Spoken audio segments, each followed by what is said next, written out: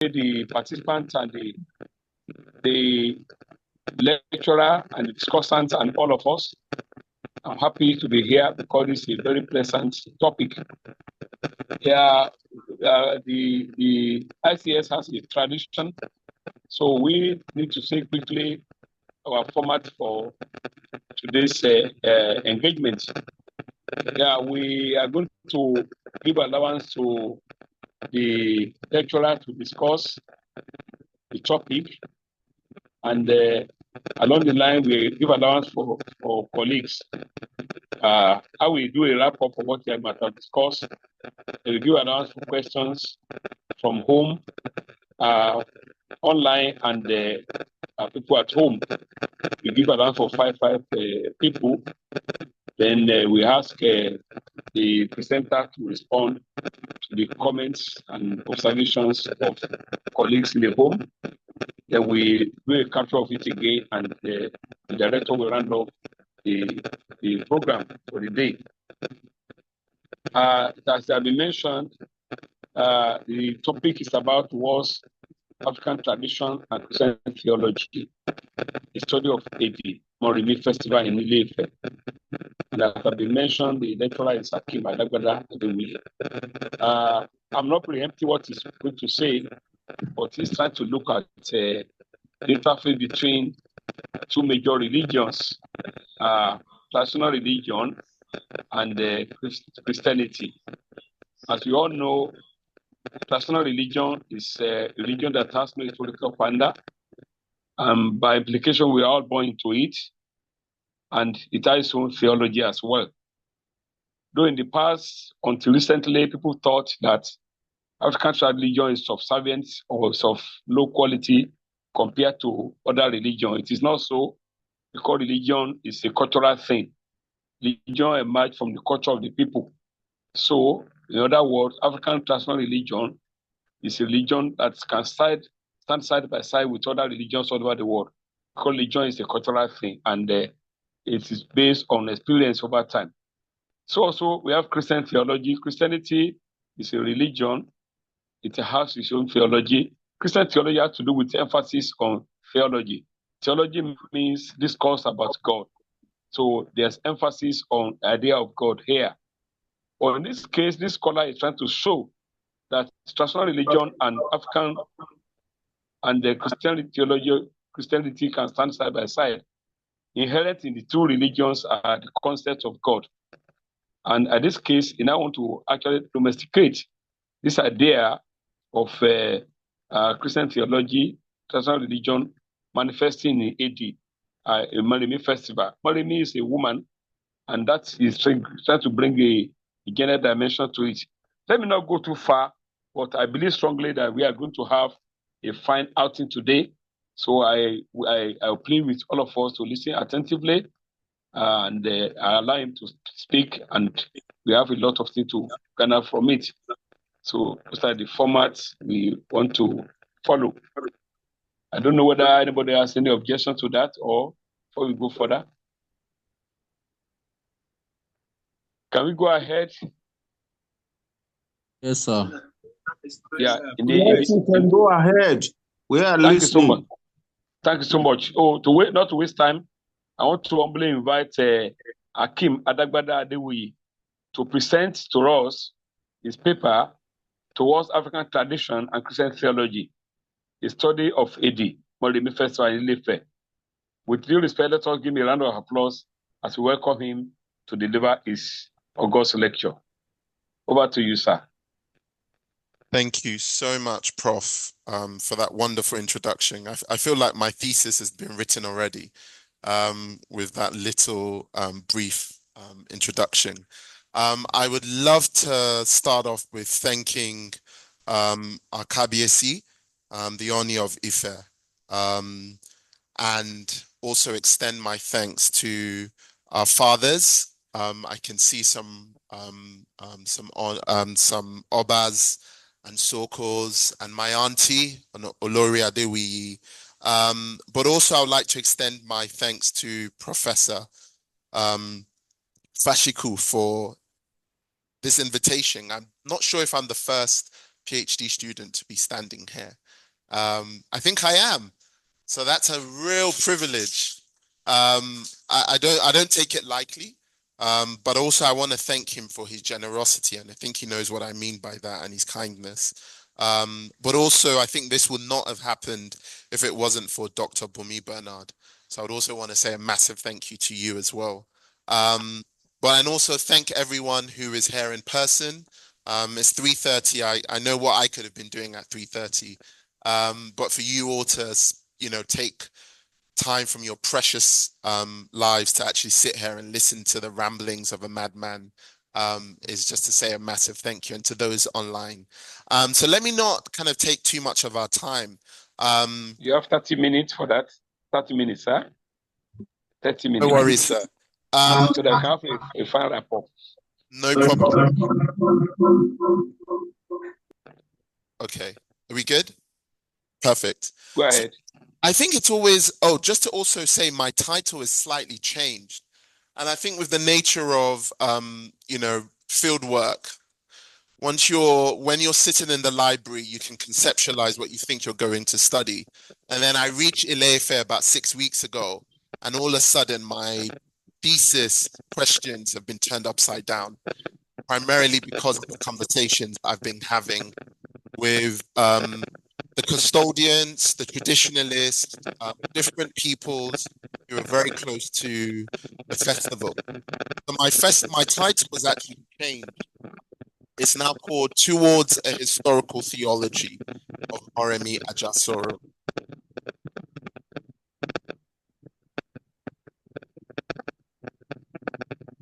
Go ahead, please. Okay, so towards a historical theology of Moremi Ajasoro, I think it's always important as scholars to declare your own positionality. Who are you, and what's the relationship with yourself to the actual research you're studying? So as has been introduced, my name's Akim Adagbada Adewiyi. I've been told many a times as I've been going on my field journey in Ileife that I'm a prince. Yes, my auntie's here, and I've heard that there are 4 ruling houses in Ileife, and the only one I can, know is the one that I belong to, which is the Oshikola. I've been told to name all of them. I only know the ones that I belong to. But anyway, that's my relationship with Ileife. I'm a son of the soil. And this is my 3rd time in Ileife, so this is even as a way, it's a journey for me to also learn about my story, my history, my peoples, but also to kind of dovetail to the actual research. How did I actually come across EDI Festival? It was maybe 4 years ago. I was just researching different things. And with these things, with Facebooks, you just see many videos, and all of a sudden I saw a video of Tile. And for some of us who may not know who Tele is essentially the scapegoat. And on the last day of the festival, he usually proceeds out of the palace, right into the streets, and people come out, backroom, I don't know, I don't even know what they say, but it's like, take away the sins, take away death, take away suffering, and all kinds of stuff, right? They're projecting this on this human sacrifice. Scapegoat more than a human sacrifice. And honestly, I was gripped. I saw this video for about 5 minutes and I thought, I need to research, I need to find out about this. I've never heard of this in my life. And to also declare I'm a Christian theologian. So when I saw this, I thought, wow, this will be a really powerful ethnography as a way of also wrestling with some Christian doctrines like Christology. How do we understand the relationship between when we say Christ died for the sins or Christ died outside of the camp? These kinds of Christological ideas was what was flowing through my mind when I first encountered Tele. But with these things, 3 years later, I'm not necessarily doing Christian theology. I find myself actually doing much more historical theology, and I'll kind of go on a bit more as to how I'm conceptualizing theology in this space. So, where do I start?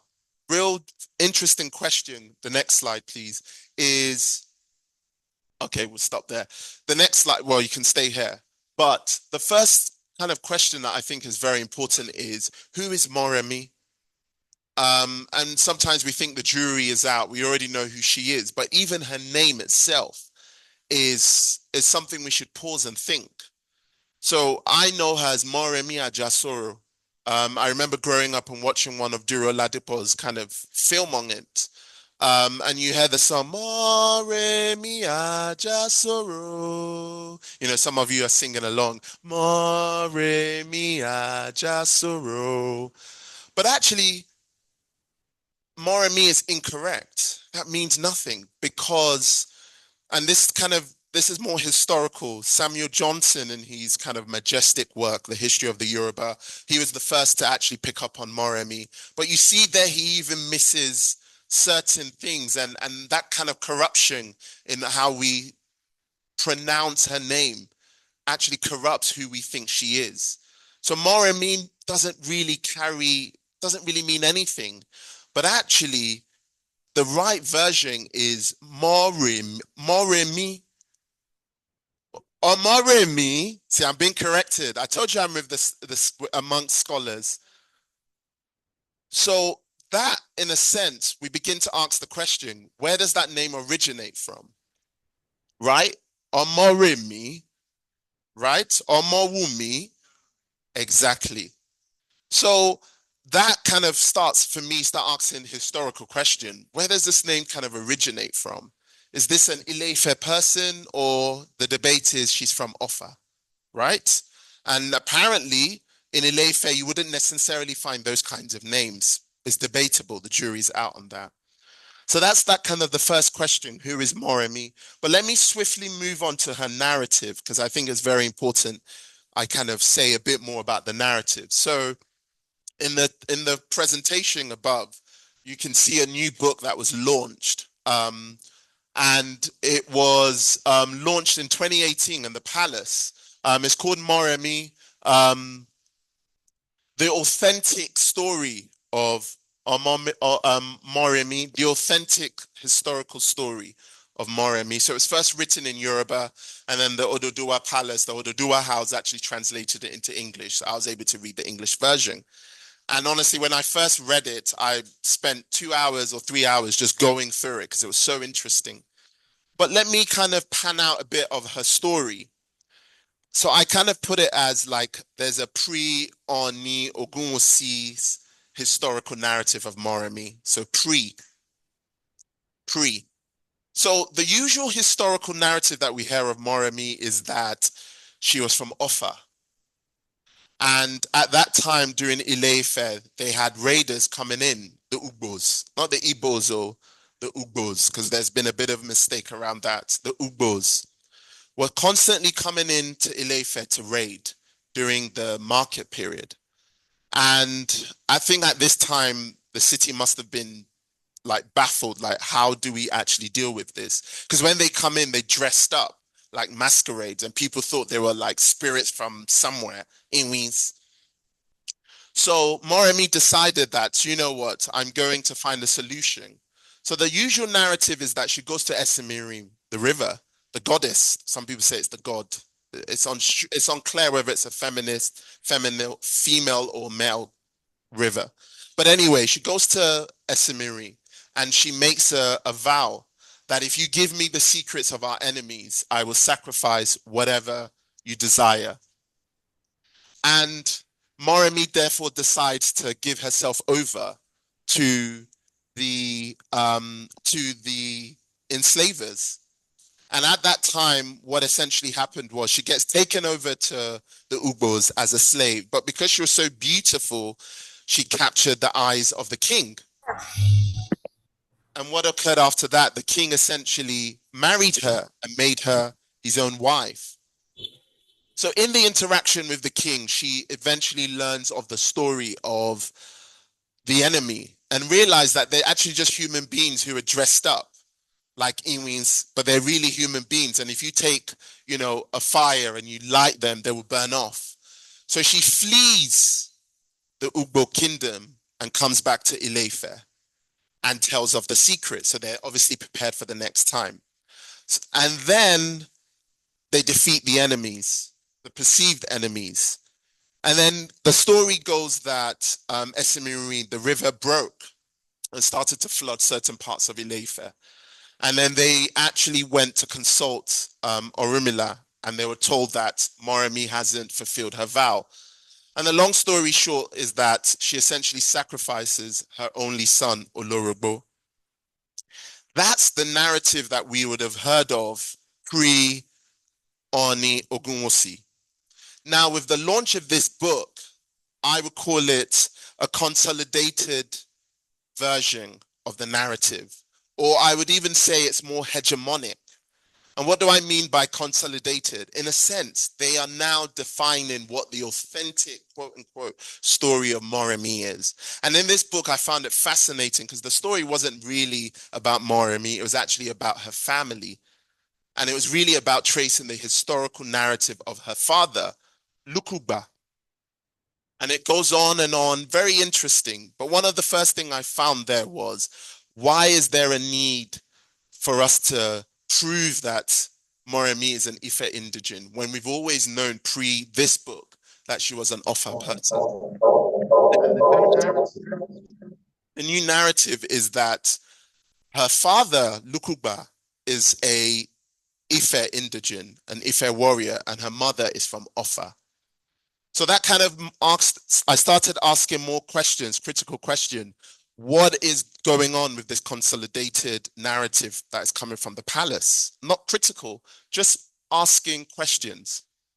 The second thing I also noticed in the book was it was no longer about Ife. She was now the savior of the entire Yoruba race. I found that interesting. That this is no longer an Ife story. This is now the entire, not Yoruba nation, the Yoruba race, including Brazil, Cuba, the UK, you name it, the entire Yoruba race, this is now our cultural heroine. So these kind of questions were, for me, was very, very fascinating. And then let me give you two narratives that I thought was interesting. So in my kind of data so far, I saw a Babalawo priest and I asked him about the story. And as he was explaining that Moremi was an Ife indigene, his own mother, who was a chief priestess, interrupted him and said, no, she's from Offa. I was watching like, this is incredible. What's going on here? But one of the interesting things he did was he centered Ifa in the story. So it was no longer Esimiri. It was Ifa that she made the promise to. And he asserted that she actually sacrificed Olorogbo before she even got captured. And I thought, what's going on here? His mother introduced a new narrative for me. She said it wasn't because Moremi was beautiful that she learned of the secret. Actually, she's a strong she's an ologun. She uses medicine, herbs. So when the king's son was sick, they allowed her to go to the forest to get some herbs. It was now when she was returning that she basically learned of the secret. And I'm asking myself, wait, why am I having different narratives at every person I speak to? I'm sure across this room, there might be 20 different narratives. So my question as a historian is not, what's the authentic truth? I'm not interested about questions of truth here or what the historical facts are.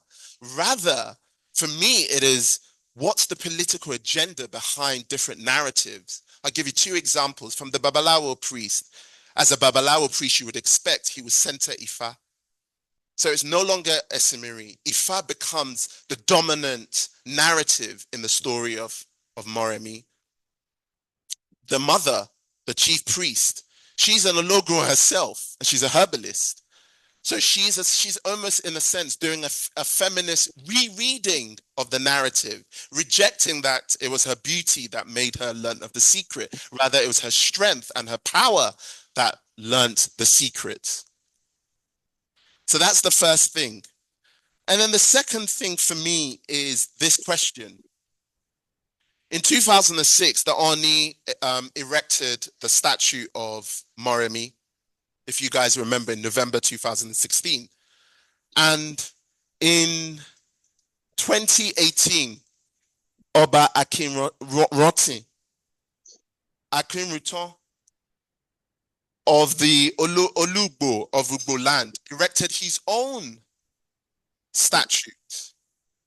And we can probably watch, if you go, we can probably watch a clip of that just to show you what's going on and you understand where my research might be going. So if you go next, don't have too long.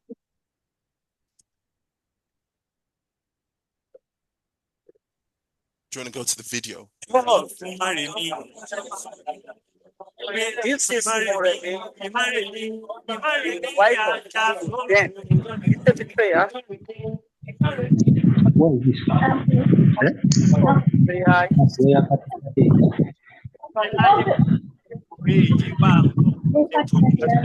Betrayal. Lord. A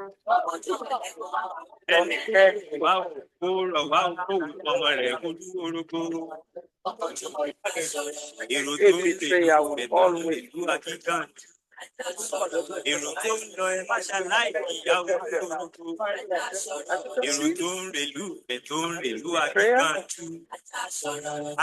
Lay down begging people, begging our husband to give. So what you can see in that video was when the statue was erected, they were taking whips to whip at Moremi. So this time Moremi is not standing like the Statue of Liberty, right? As a sign of liberation. Rather, in the other place, she is on her knees begging for prayers as she's being whipped.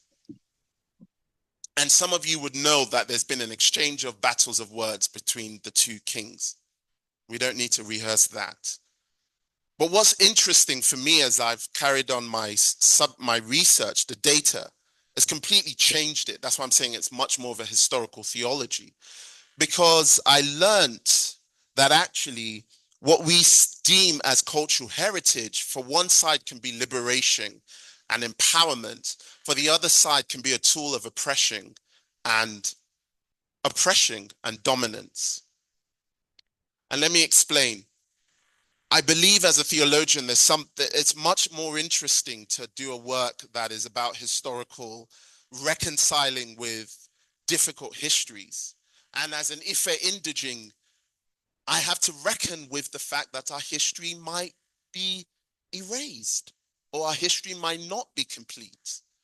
And it might be a difficult thing for us to listen to, but the reality is we need a complete history. And so part of that, to showing you the two statutes, is to say there are multiple histories to Moremi, and it's time we begin to do a bit more work. And then let me give you a little quote that I heard from, I'm not going to mention the particular circle, but he sent me a text and said this: "It's great to have someone like you doing a PhD on Moremi and EDI Festival. That's the pinnacle of Ife history." And I didn't understand this 2 weeks ago until I've met a few people this week who are telling me we need to do more with our history and we need to actually tell our history. So that's the first point. Then the second point really is I'm obviously going to study EDI Festival, and that's coming up in the next 2 weeks. So we can go to the next slide. And one of the things I keep asking myself is, what am I studying? Is this a religious festival? Or am I studying politics? Am I studying economics? Am I studying tourism?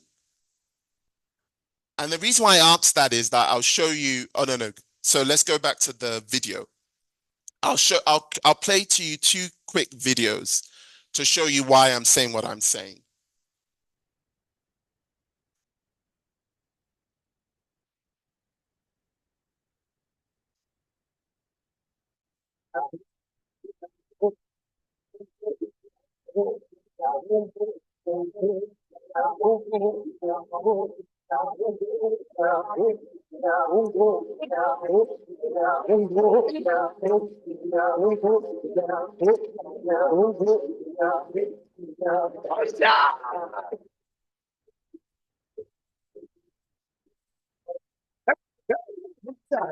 And the next one.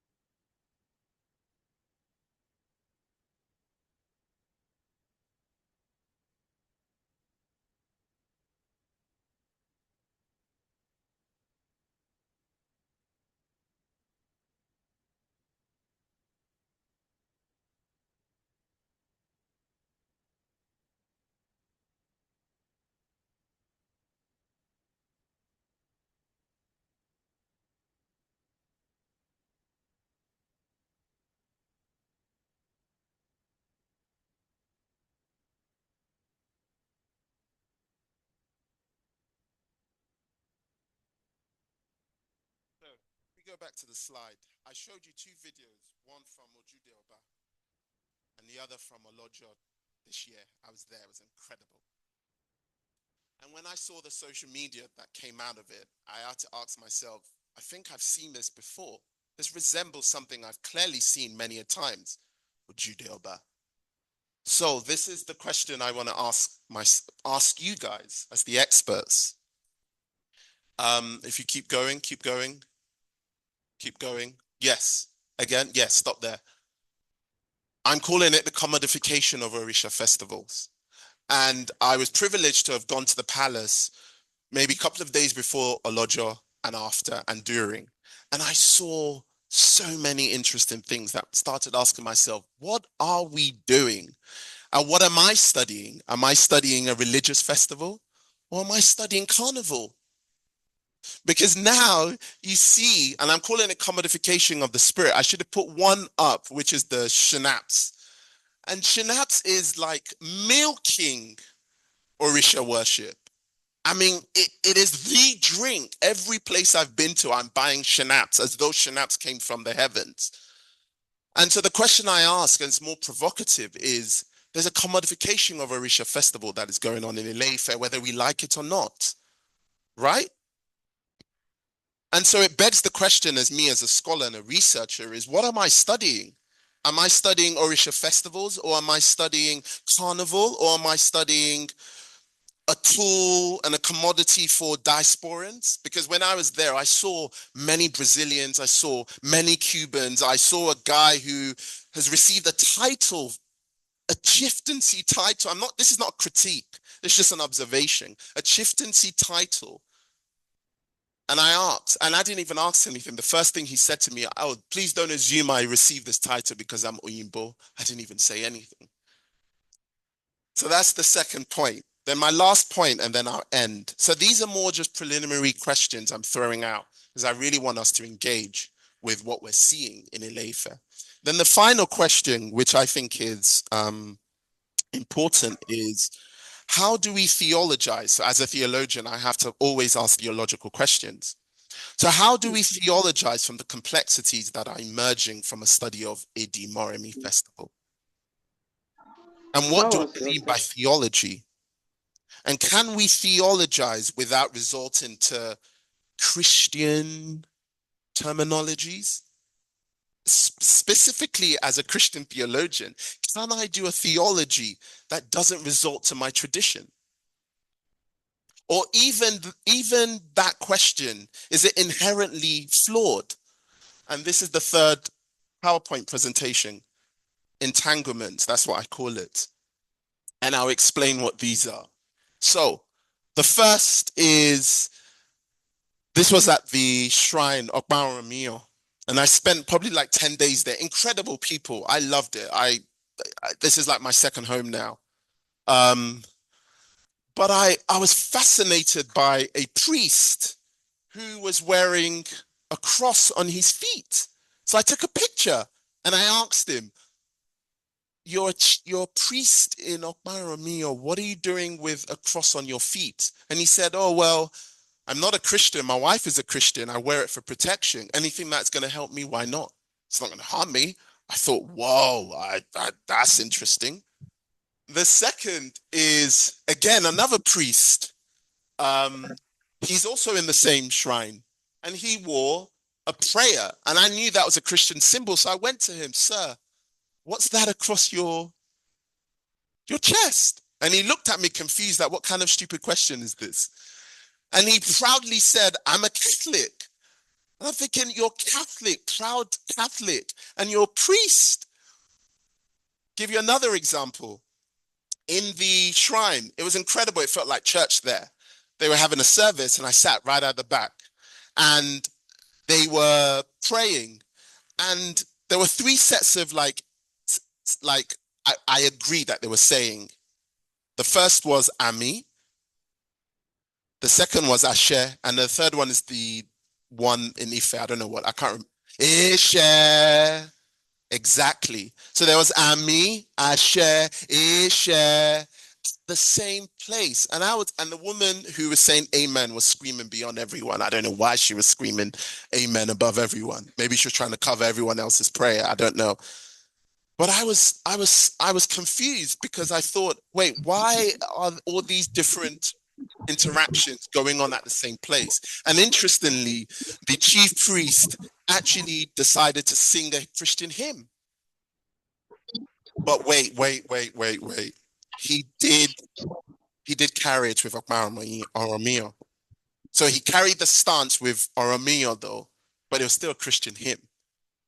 So this is the question I ask is, as a theologian, even if I attempt to want to build a Yoruba Orisha theology, I'm bound to realize that Christianity and Islam are intricately entangled with the very religion I'm trying to study. And actually, the whole agenda is a purist agenda that is bound to fail. Because the practitioners themselves don't see any boundaries. They're not making the lines that Christian theologians would want to say there's boundaries. So even in my attempt to build a theology of what I'm seeing, I'm bound to realize that there are entanglements and I can't pull them apart. So that's really the question I'm wrestling with. So let me just finish with this point. I know I've got a minute left. So I'll finish with this point, which is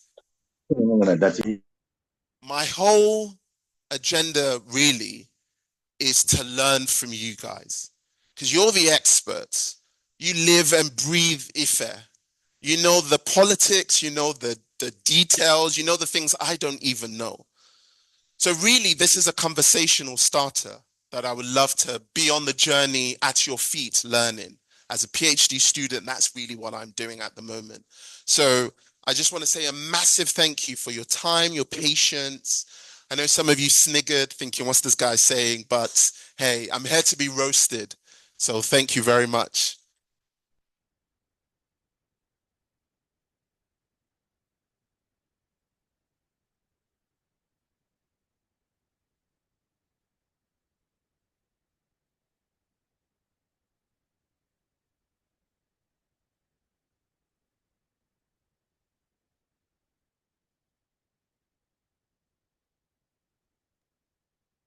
We are not hearing you, sir. Or mute yourself. Okay. Can you hear me now? Can you hear me? Yes, sir. We can hear you now. Can hear you Thank now. you so much. I want to We appreciate can hear you Adagbada. now, sir. Thank you, sir. I want to appreciate Adagbada for this lecture, and I will acknowledge the fact that he won't save us 4 minutes. That shows that he's a scholar, is time conscious. I'm happy that we're all here. We have listened to him, but for the sake of now, let's all have a recap of it. To start with, he has amended the topic based on what he saw, which is based on what you can call pilot study. There was a conjecture before, and now in reality, he had to change the topic towards a historical theology of Moremi Ajasoro. So it's still not too far from what we had in mind before. Yeah, it started by looking at the personality of Moremi and these different historical accounts associated with her personality, with her profile. Apparently, I was able to show us there are so many histories, so many history trends regarding the personality of Moremi on specific issues. One, on the origin, whether it's from Ife or it's from Ofa.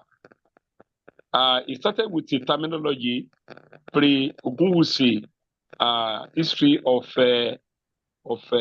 Moremi. So apparently, if you look closer, there might be some other histories before pre-Ogunwusi.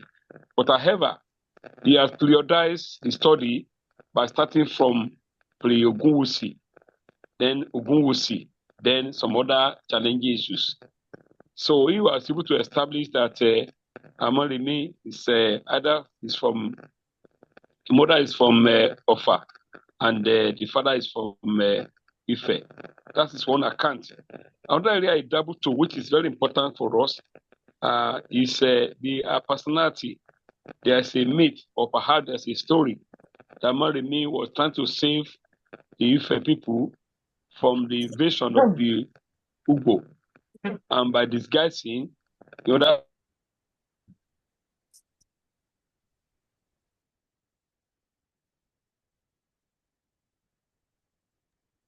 Please unmute yourself. You've muted yourself again, please. Can you hear me? Can you Yes, hear sir. me now? We can hear you now. We can hear you. We can hear you now. Okay, sorry, sir. We can hear you, I sir. was saying, thank you so much. Sorry for the break. I was saying that I was able to tell us the pre-histories. There are some histories about Moremi, but he domiciled his research on pre-Ogunwusi about the profile of Moremi. In this case, he was able to tell us the personality of Moremi background. A faction says it's from Ife, another one says from Ofa. But another account say that the father is from Ife and the mother is from Ofa. The other dimension is how did it become prominent in the history of Ile-Ife? A story was told about the invasion of Ugbo, usually come in form of masquerade to invade Ife.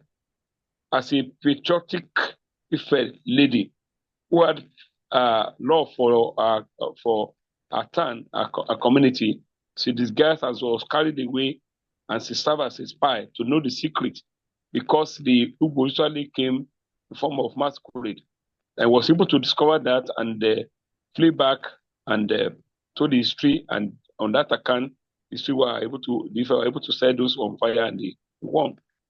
But arising from that, she made a pledge to a Esimiri that if you're able to succeed in our endeavor, we offer something to the Esimiri, possibly a child, which she eventually did.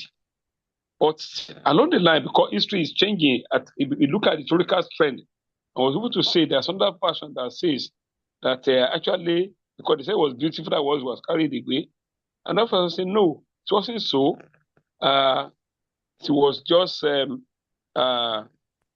father is Lukuba, and she just went ahead to Ife. It was an herbalist.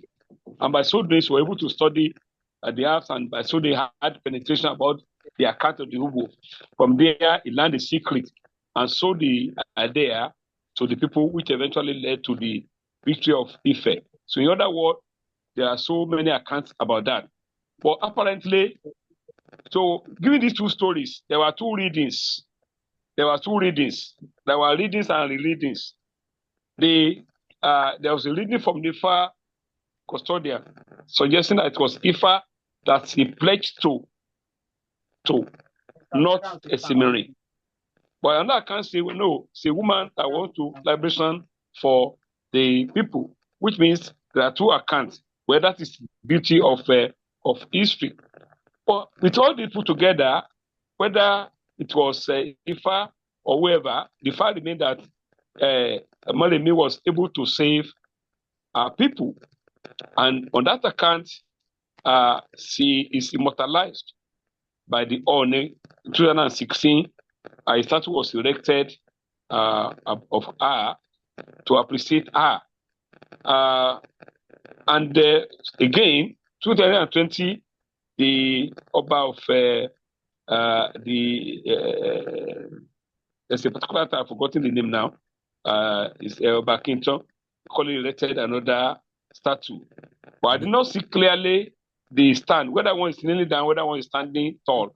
But however, each of them was contesting for who is. Can you hear me? Prof, we can hear you. Good afternoon. We want Okay. to. I will round off now. Okay. Because of time. So yeah, I know. So in the light of that, there are contests regarding that. But apart from that, from there,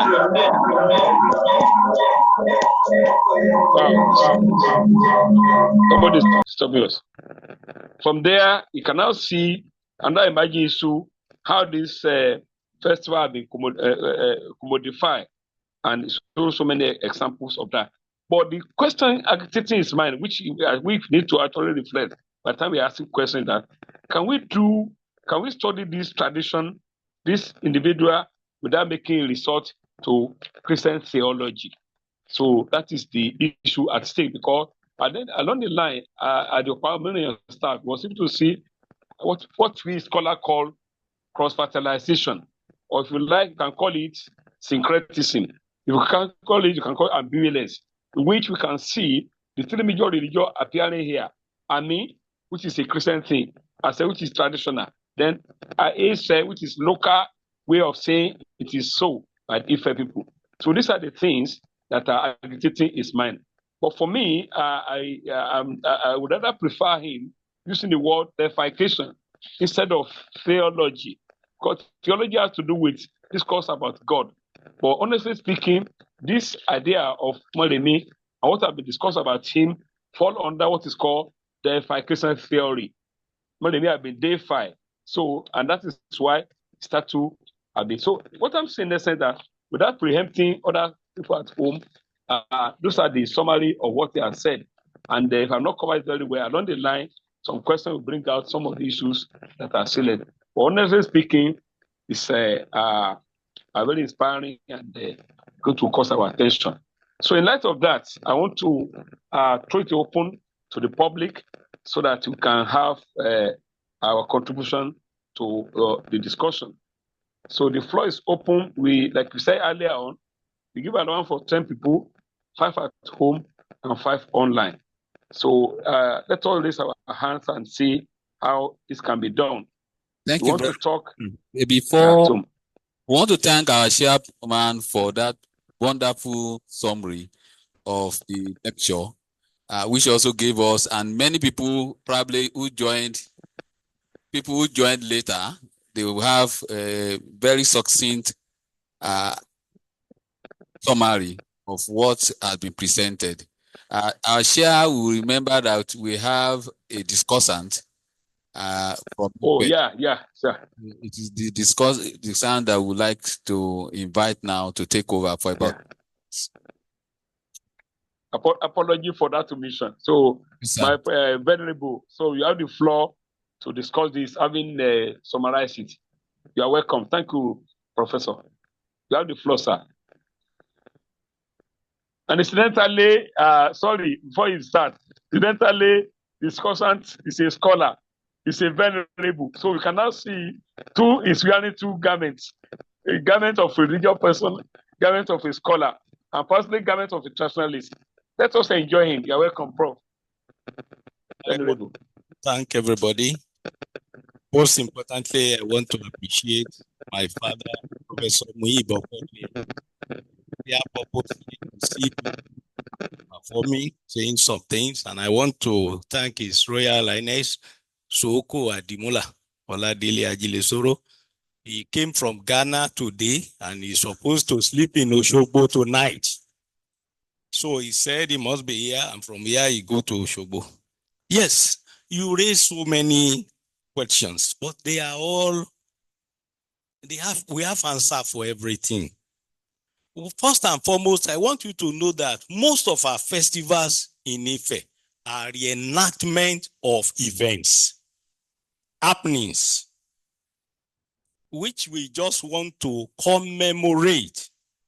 But along the line, there are the social aspect, the spiritual aspect, the political aspect. Let me sing a song. Ìlú òkèrè, ìlú òkèrè, kí a má máa lágbà, kí a má máa lágbà, láyé mọ̀rẹ́ fi lọ́lẹ̀ wò, aláyé mọ̀rẹ́, èjìgbò mẹ́kùn. If you care for my advice, I will advise you study the life of Oni Alaye More, because everything here revolves around him. And there are books written by scholars There is a book titled The Early Beginning of Ife State by Professor Abiodun Adediran. All you are talking about are well enumerated. Let me start by the Christian aspect of it, because we are talking of Christian theology. And thank God for the chairman. He said, I am putting on 2 garments. For your information, I'm a venerable. At the same time, I'm the Lorimode of Obalufon dynasty. I don't forget my tradition and culture. I leave the religious aspect behind, so I'm mixing the two. Now, if you go to the book of Leviticus chapter 16, you see a replica of Tele. That is Ewure Ashaseli. And what brings about Tele is an aspect of what you are writing about, which you don't mention at all. Number 2, if you look at Judges,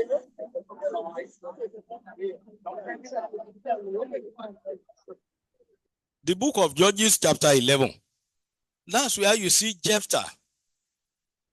When he was returning from war, it was his only daughter that met him, like that of Moremi. Yes, I'm just going to talk about the naughty areas you've mentioned. Now, in those days, people don't consult rivers when they have problem. They consult Ifa Oreku. It was Ifa Oreku that says, whatever, okay, make a pledge. She made a pledge.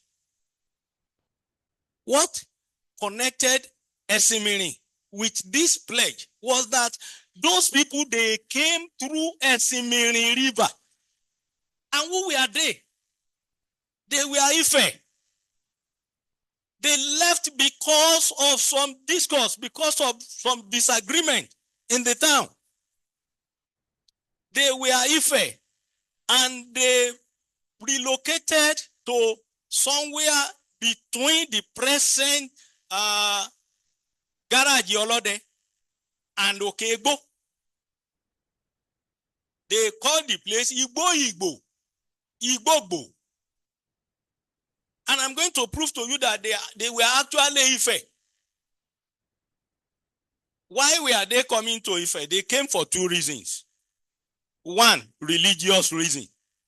They were here to worship Aje, Kori, Eshuoja at that Oja Afe Ejigbo-Mekun. Aje was the mother of Eji Olori, the wife of Oramfe. That was number 1.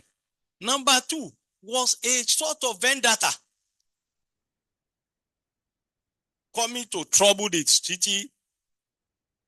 They will come. And in those days, even just of recent, I think 1940 something, they started having this Olojo festival in the afternoon. Almost all the festivals were celebrated in the dead of the night, especially the dreadful one. It was Oni Aderemi who changed Olojo to afternoon this thing. Yes, it was in 1950 something, during the political turmoil. All right. When this thing was becoming too much, it was during the reign of Oni Alayemore Obalufon. Moremi was a wife to Obalufon. A wife to Oramiyan Obalufon. Eagbo Baba. At the same time, a wife to the king of Igbo. Those people came through Esimiri River. And now she made a pledge.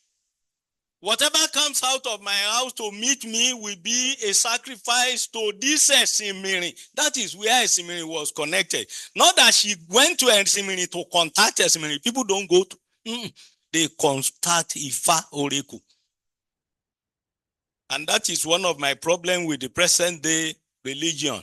When Christianity was coming, our father consulted Ifa. There are books. Ifa say, welcome them. When Islamic religion was coming, they consulted Ifa. Ifa says, welcome them. They are bringing good tidings. Now the two religions sit down, establish themselves, and they are fighting Ifa. Even if you are not going to worship Ifa, you are not belonging to them. If you are on social media, you will see what is happening nowadays. You see what is happening between Onisheshi and Ifa religion. I'm Muslim. I don't know why we are. It is already in the Quran. You don't abuse their God so that they will not abuse your God. And they will not follow that. Well, that is by the way. Now, you talk of Lukuba. Lukuba was the father of Moremi. Like I told you, there is nothing like Moremi. Oremi. Àjọkẹ́ Oremi. Ọ̀dára nìrìn ẹsẹ̀ ọ̀túnjọ́ nìyàn rere. Moremi. But along the line, you see, one of those things I thank God, but that Odisha is here. You have a lot to do. You can't just be looking at us messing up everything. We are losing so much in Ife. Let me digress a little. If they want to install an Alaafin, Oyo will have to send 4 slaves to Ife. 3 males, 1 female. That female will be given to Eredumi, who is going to present the sword. 3 males to Oni. Are they doing it again? And they have to come through Ipetumodu. It must not even dare go to Oni. It was Akpetu that we take him to Oni. Now you see how we are messing up things. Well, we can't. Baba Odowanyo. I have told you the Igbo and the Ife issue. It is very simple. This is a matter of common sense. Yes, Moremi decided to go and visit them. They suspected the Igbo being led by Obawini. The spirit that is working, that is the meaning of Iwini. And they said this is their king, the Oba Iwini. Because they put on the raffia, you know them, you can't see them. This thing is there, they are just looking at you, they know you, you don't know them. It's like these armed robbers putting on the veil. So when she went out, there are 4 things that attracted this woman to the king. The dressing, the beauty. And remind you, number 3 was that this woman was on mission.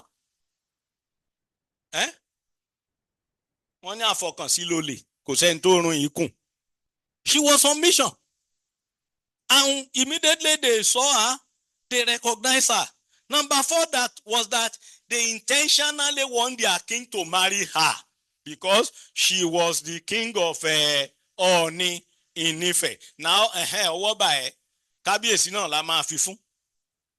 and she was so subtle.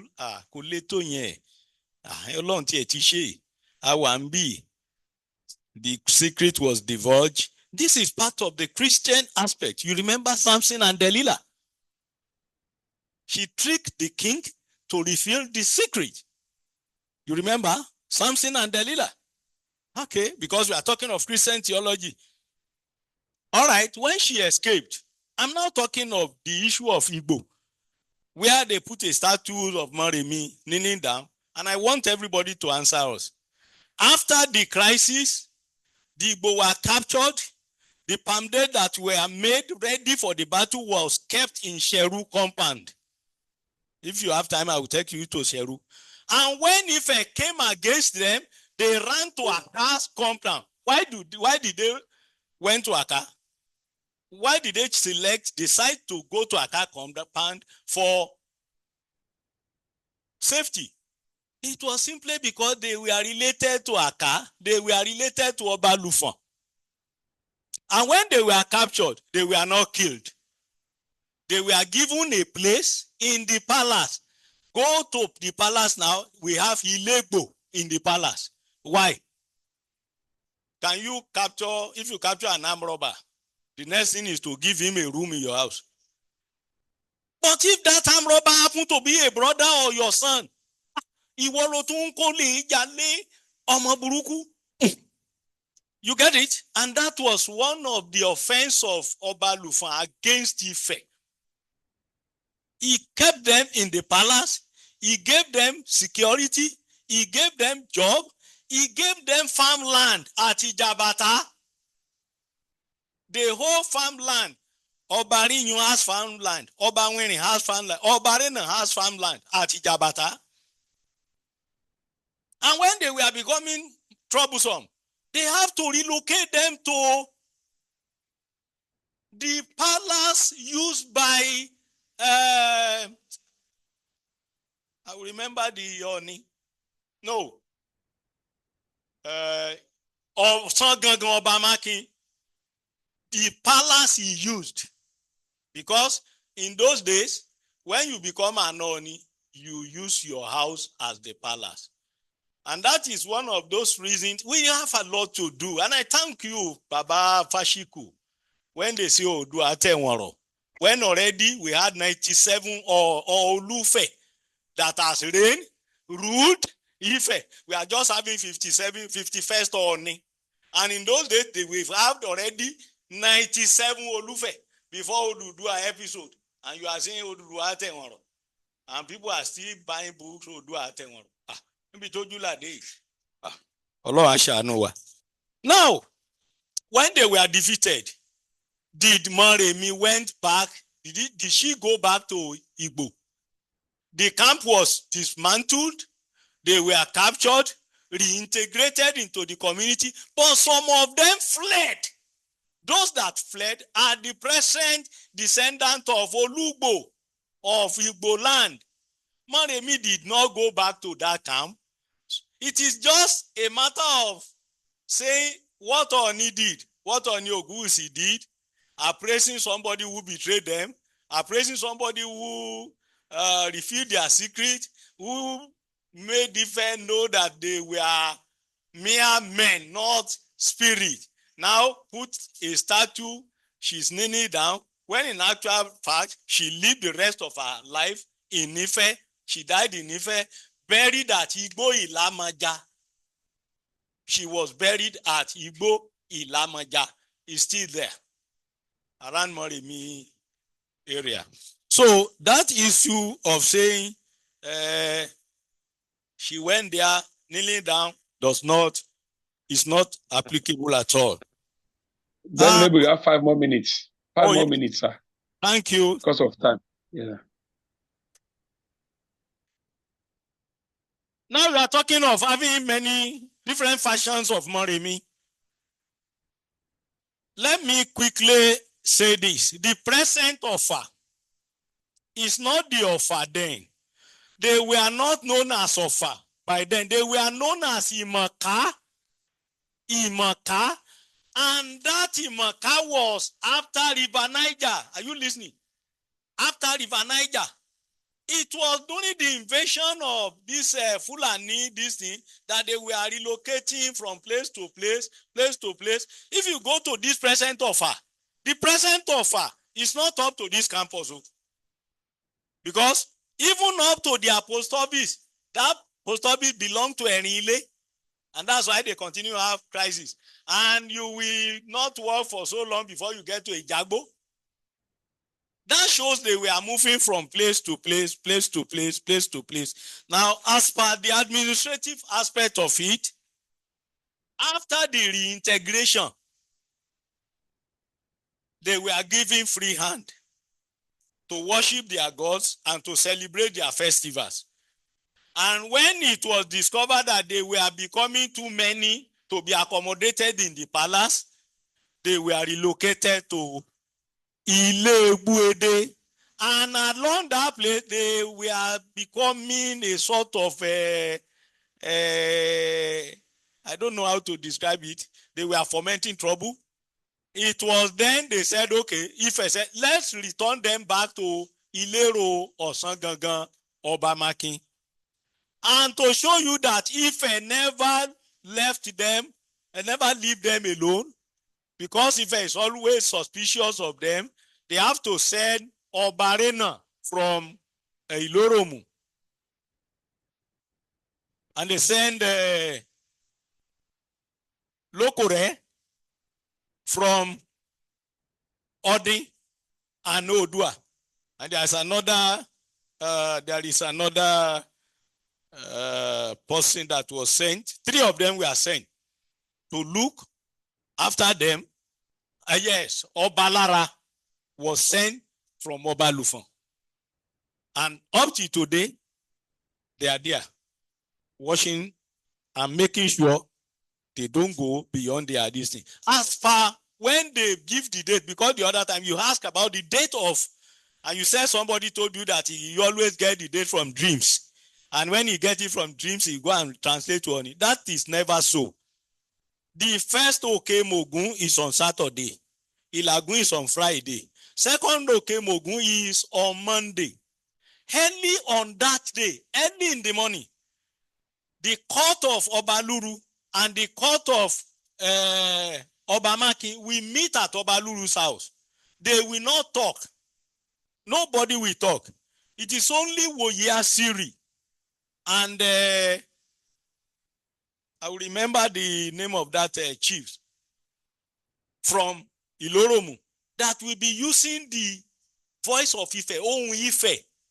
Even if you are there, you will not know what they are saying. They will do all what they want to do. Then they eat, they wine, they dine. After that, they go. Oni will go for the second Okemogun. That's the day he's going to visit his ancestors. In the evening, they will go to the palace. By 8 p.m., they will sit down. Oni will send emissary to them. Yekere will be there. But he will not say anything. Oni will send 2 cocks, fish, obi, orogbo, and some other items. Sorry, Venerable sir. Please round off, sir, so that you can engage more on the major issue there. Just round off, sir. You see, you shall allow one to talk later in the day, sir. So we thank in the next 2 minutes, sir. Yes. So after that, they give the date for the next EDI festival. Not that somebody will get it from dream and no. Thank you very much. Thank you so much, the Venerable. We really appreciate you. Are we hearing me from home? Are we hearing me from home? Yes, we are hearing you. Yeah, I can hear you, bro. We appreciate the intervention of the Venerable. We appreciate what he has said, but I still want us to come back home again and place much emphasis on the issues raised by the lecturer. As a sign of recap, we need to interrogate once again the personality of Moremi, whether it's from Ife or nowhere or elsewhere, regarding our background. Then we need to reflect on the Ugbo dimension to Moremi matter. Why is Ugbo celebrating Moremi? Why the concept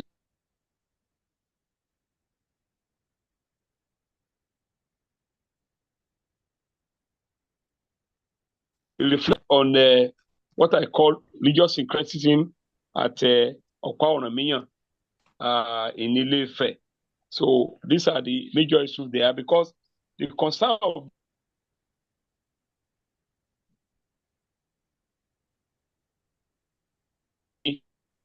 can politicize the. Are you hearing me, please? Are you hearing me? Can you hear me? Can you hear me at home? Yes, I can hear you, sir. Sorry, somebody. So what I'm saying, the concern of this scholar is to see how he can historicize Moremi as a figure and the place he occupies in the history of Ife. That's why he dabbled into some of the accounts there. I think he's concerned about how to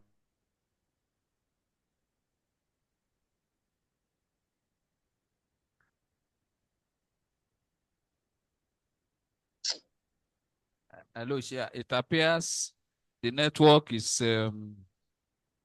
interrupting our share. Yes, yes, ma'am. Okay. Yeah, you want to say something? Can you hear me? Yes, sir. Please, so that we can go on into the discussion forum. That is what we have to do now. We have 5 at home and 5 online. I wish my director will coordinate the 5 at home, and somebody in charge of ICT will be able to know those who have raised up their hands. Let us give each one of us 2 minutes, so we assemble everything together and react to it later in the day. Thank you. My director, take over and let us know those who want to speak at home. 2 minutes each. Thank you. Okay. I think we can quickly, excuse me. I think we can quickly take a number here, and the number is already made up. Soko 1, Kabesi will take the first, and then maybe that line so that there will be no partiality. Dr. Oladoshu, then Dr. Lawa, then Chief Urumadi, then Dr. Omiguli. Sorry, sir, my director. Yes, sir. 3, 4, 5. I will want our father to say something. Professor Kwenuye, because the last speaker was trying to say something. I know it's our father in scholarship. I want to say 1 or 2 things along the line. So we want him to give you that privilege.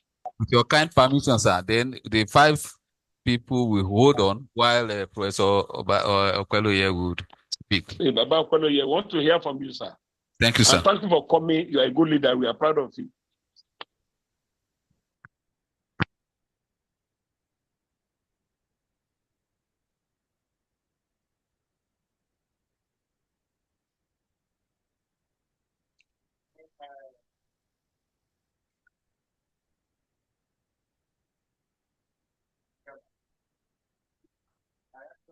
We can't hear Prof. We can't hear, please. We can't hear Prof. The director of the Cultural Studies Institute. Yes, we can't hear him. The reason I'm here, I saw the title. That title attracted me. People who know my research focus know that I'm interested in comparative religion. But for me, it is Islam and Christianity. But because this one has to do with traditional religion, and it has Christianity involved, and my cousin here is even involved, I was interested in coming to. You see, let me tell you something. There's something we are missing in scholarship. This gentleman we are listening to here today will have been in the Department of Religious Studies. I'm happy Oladosu is here. But at times in the process of our selection, we make a lot of mistakes. He could not make it because of age. For me, we should have taken him when I was there in that department, because I know the stuff is made up of. But we missed him, but God has his own plan for him. So I want to congratulate the director here. You know, I was here in 2003, 2004, as a researcher in the Institute of Cultural Studies, before I eventually came to OAU as a professor here. So I'm familiar with what goes on here, and that's why I always come occasionally to see what we are doing. So, well, all he has said, don't be baffled, don't be discouraged. It's one of those things that will lead you to your goal. He said, you came, what you had in mind was different from what you now trying to lay your hand upon. And maybe with what you have heard from me again, you want to modify what you have. That is essence of scholarship. Don't get discouraged at all. Be focused. But make consultation. You know you have to interact with him from time to time. The world is now a global village. I believe you get your destination. Thank you very much. Thank you, Baba. Thanks so much, Baba Opeloye. You should thank me as well for recognizing you. Okay, yeah. The director, please take over the home there. Thank you very much, sir. Let me say that thank you, Prof, that Venerable is already part of us in the Institute of Cultural Studies. And so, and you know, we'll be starting our degree programs in cultural studies. And so, Venerable will have an office here. Sure. Thank you very much. So, so let's start with Soko, so that we can take that lines. It will be one in-house, then one online. So that we don't keep our colleagues also waiting.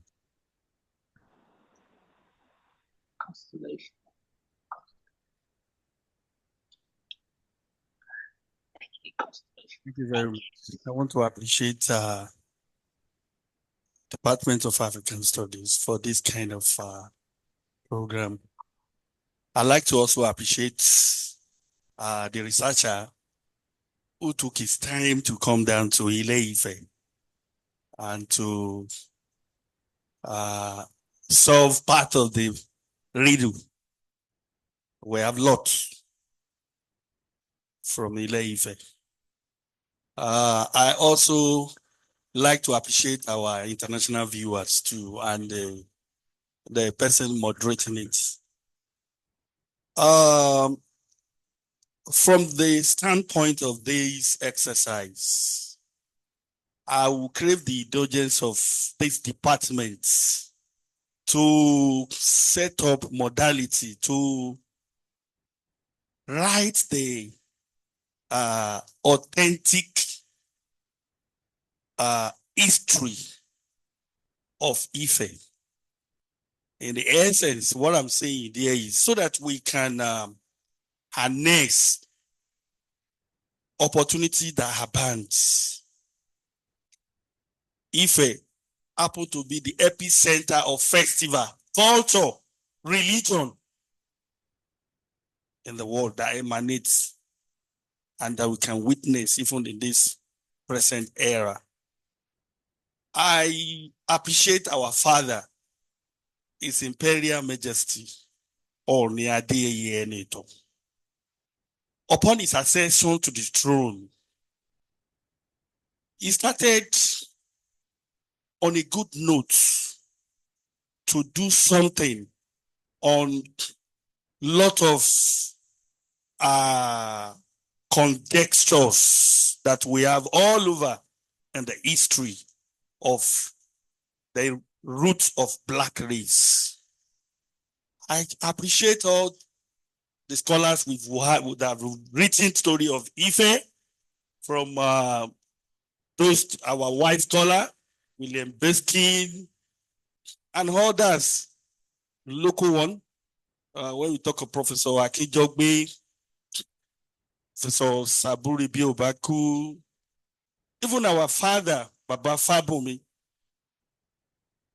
But when you read through all this story, and you come down to Ile-Ife as a researcher, you will discover that there's a great difference from what you read from those texts and what is currently on ground in Ile-Ife. One of these topical issues is the issue of MOREMI. Just like my Lori Mode have actually said, you cannot get the story of MOREMI coming down to Ile-Ife.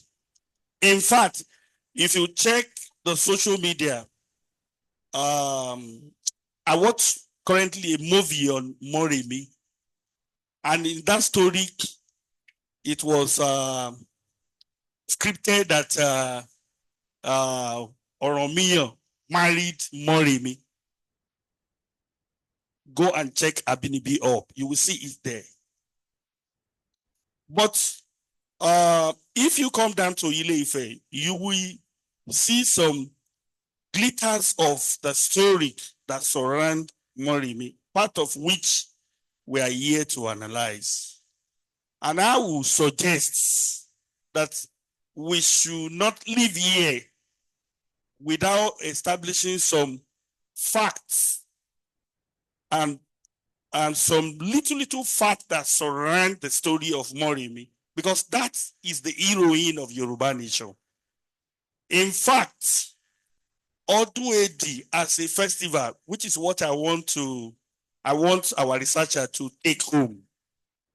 Please, we need you to help us project EDI festival to the outside world. How do we harness the festival of EDI? How do we commercialize it? How do we invite great women from the whole world to see the EDI festival and also tap from the rich culture that Yoruba nation possess? Finally, I appreciate the department once again, but I want to plead that the department should set up modality for us to work on the authentic stories behind the history of Ife, because you cannot really get it until when you come down to Ile Ife and you interact with the people like our researcher have done. Thank you very much. Please, I deliberately allowed Soko to take that 4 minutes because of his position. It's to the topic that we are taking. So please, for every other colleague, remarks and comments or questions, please let's do about 2 minutes that we can 2 minutes. Others. So please let's go online and then unmute Adetumbi Richard Ogunle. Adetumbi Richard Ogunle, just 2 minutes. Yeah. Yes, thank you. Can you hear me? Yes, we can hear you. Please go ahead. Yes, I am Professor Ogunleye Adetumbi, an indigene of Ile-Ife. In fact, the topic of today, especially for the center, make me to feel at home. It seems as if I'm staying in Adekunle Ajasini Akuba, a lecturer in the Department of Religion and African Culture. What I just want to add to what I've been said is that the seemingly contradictory aspect of our presenter from the discussion of the discussant, it is complementary and not necessarily contradictory. Once again, thank you very much. Sure. Thank you. So let's take in-house comments from Dr. Oladoshu now, very quickly.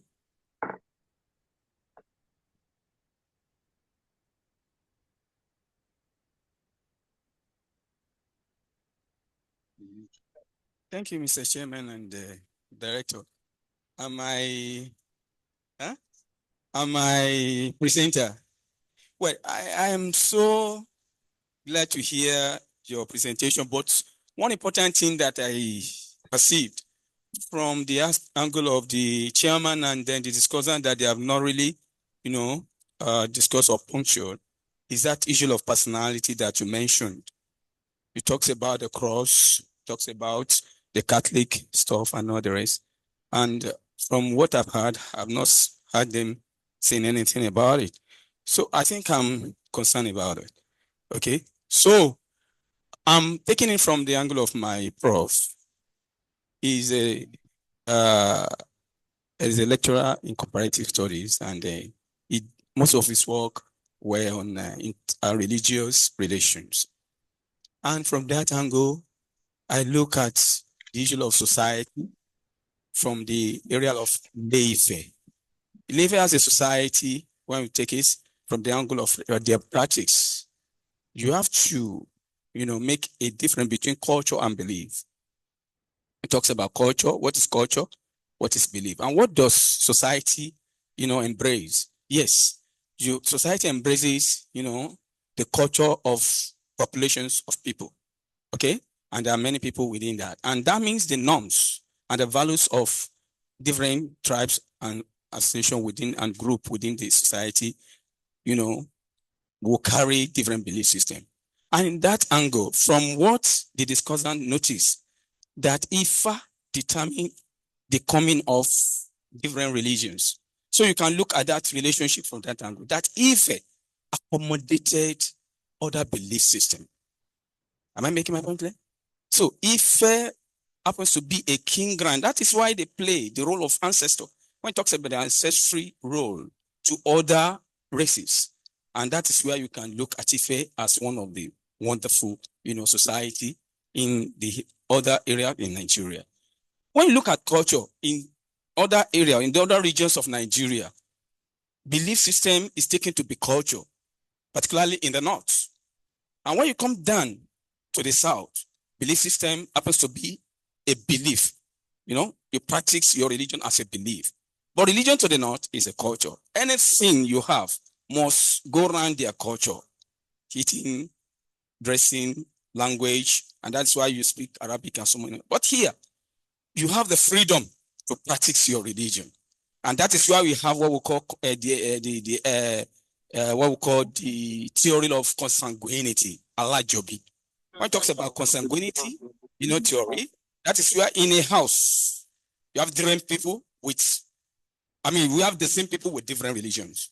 And they cohabit. During Ilea, we practice together. During Christmas, you have them together. And they have a family bond. During the meeting, and they cohabit and they were able to understand themselves. So when you now see this within them, their culture or their belief system does not, take them away from recognizing other religious systems. So that is the issue. When it talks about inter-religious relationship, if it happens to be one of the most, one that you can recognize. Thank you. I'm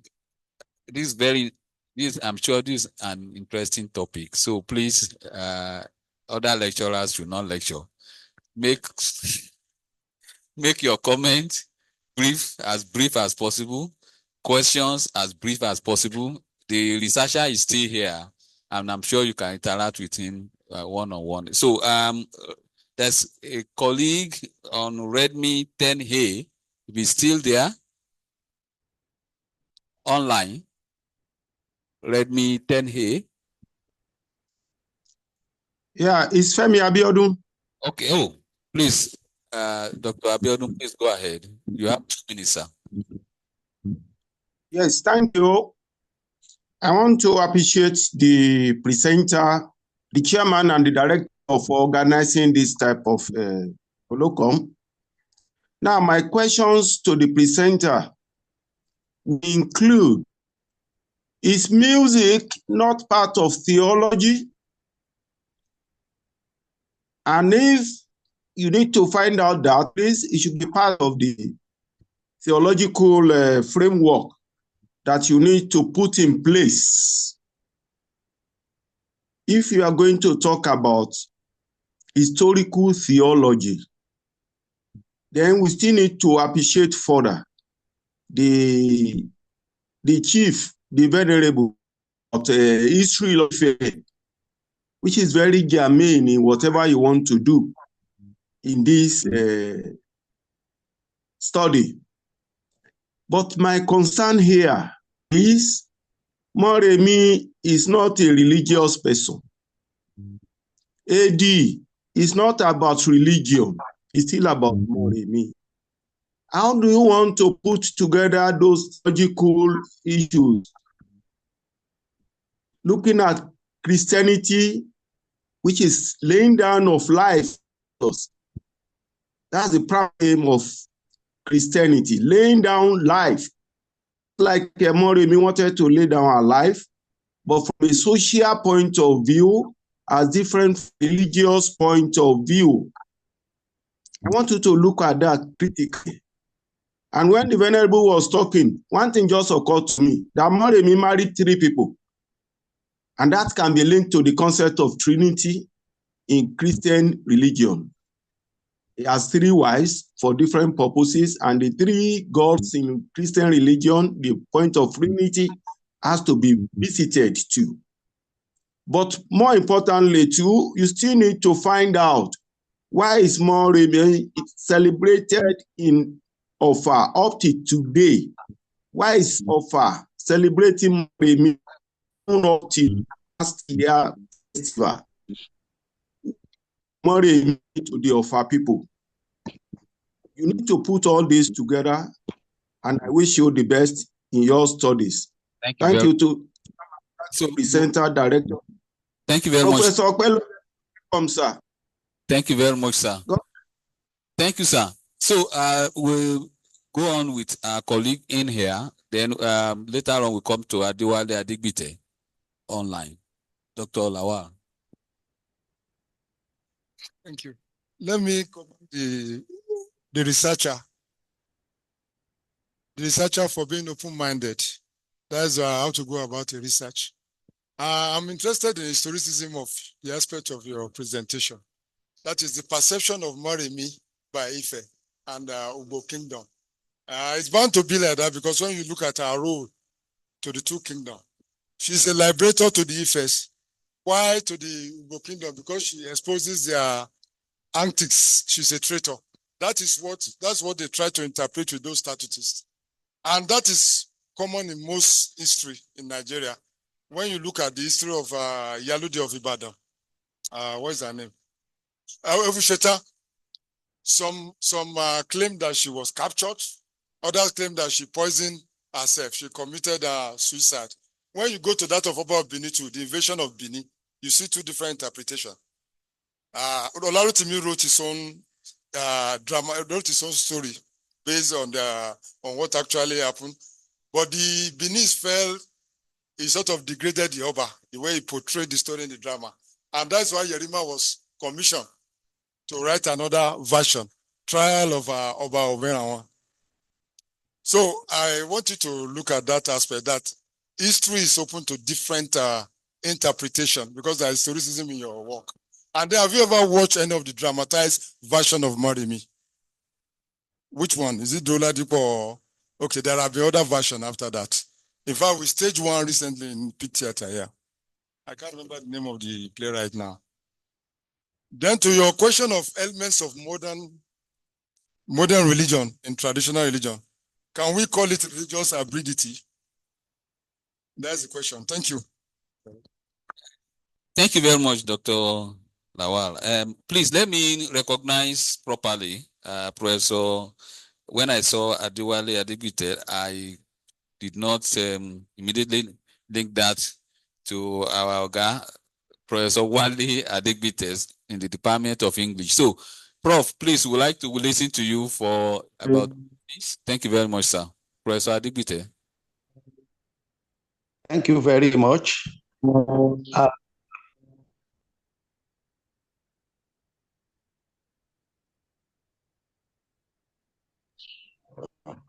Hello?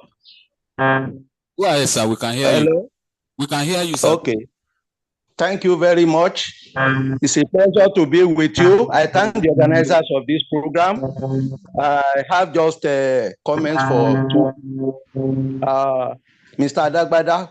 Congratulations for this presentation. And I think it's okay now. You are very lucky. Maybe you are at the initial stage of your research. And so the ground is fertile enough for you to cover a lot of things. You see, sometimes it might have been very difficult if some people will be almost at the point of finishing before they come out to learn new things. And you might be unwilling to make changes. But now, even from your presentation, you can see now that the ground is fertile enough. And I'm sure you are willing to learn. Congratulations. Let me, from the last speaker, I would like to say that there's nothing really strange about having different versions of a story for long civilizations. I think is the norm. But as a scholar, the more you read, the more you listen to people, I think you should be able to make some decisions on your own.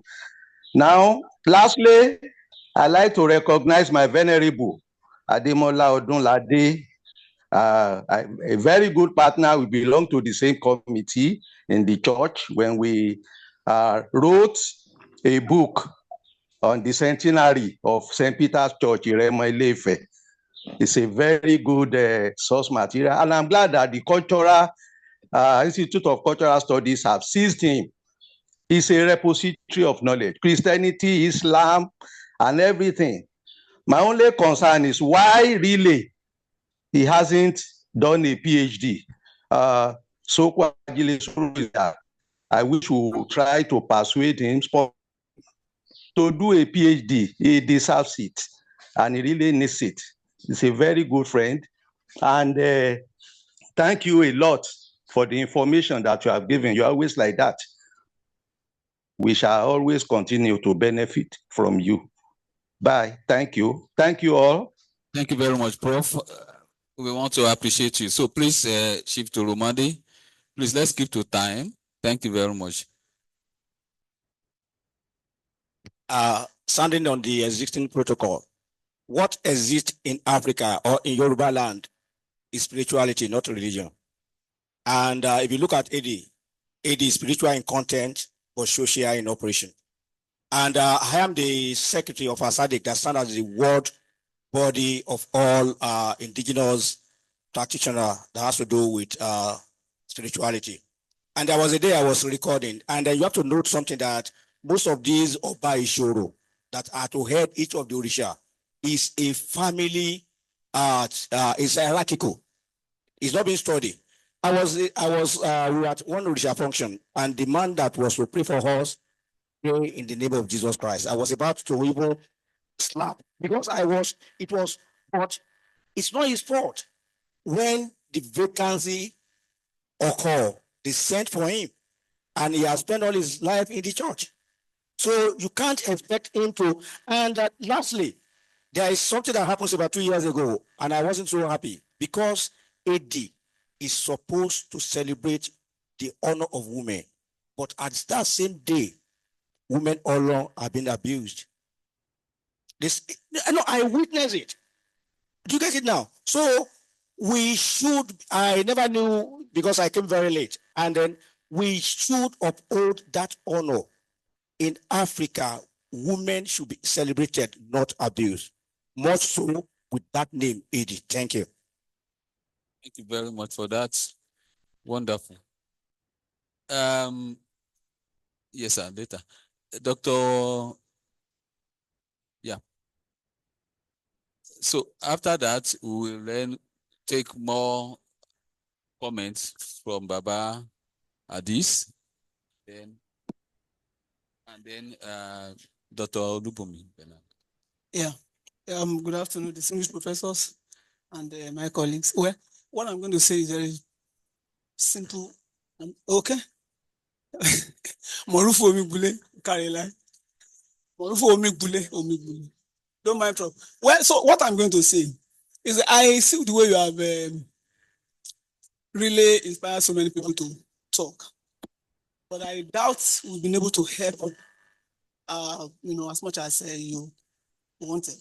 But I noticed that you actually asked to be guided, and I feel the best way. This is the very humble opinion of mine. The best way for me is to ask you to properly identify the dictionary angle that you want to take to look at it. So once you look at that, then it helps you to properly define the data or choose your data. When you choose your data, right, then you'll be able to make a better presentation before the right people who will then be able to guide you along the right path. You can see that you're having a lot of suggestions here and there. That's not I'm sorry to say this, with regards to professors there. That's not the way of scholarship, because you get more confused.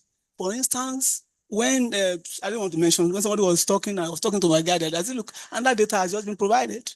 or your own data has just been extended, not that your work has been responded to. So, but let me say this, as a folklorist, I see what you are doing as something related to folklore. And if that is the area you want to work, and there's no way you won't work, in any case, within that area or across that area or very close to that area, if you are going to do anything in that respect, then you have to be conscious of the nature of that discipline, which is that it is very fluid and it is a confluence of disciplines. Meaning that if you want to do anything about it or within it, you have to be guided by interdisciplinary method of research, right? But then your choice of data, that one is very important. Because if you ask me to advise you now, I can't properly do that, except I can actually define properly what your data is saying, where your data is located, then you get the best of advice. Thank you so much. But I'm interested in your work. Like I said, if you want me to be part of it, I'm very glad to assist. Thank you so much. Thank you very much. We want to appreciate you. So we have a question and then another comment from Dr. Ajayi Oba. But let's quickly take the question. So like to want to ask your question, yeah. Well, thank you very much. My name is Oluwabumi Bernard, and I came, it's a wonderful presentation, and I'm happy that finally we are beginning to see the trajectory of your research. So, but my question is about how the issue of gender is addressed when it comes to Moremi and the deification of Moremi. Amongst the Igbo, the video you shared, I saw her being flogged, right? Because she's perceived to be a traitor. And I say, if she was a male date or a male, would she have gone through, would she have been put into this same situation? And I'll make an example of Shango. One of the myths of Shango presents him as a deity that, because of the power of fire that he possessed, destroyed his own palace, destroyed his own family. That is a crime. It means to kill your own family and to destroy your own people, but it's not being trashed. It's not being flogged. Another of his myths also claims that he hangs himself. To commit suicide in Yoruba culture is you'll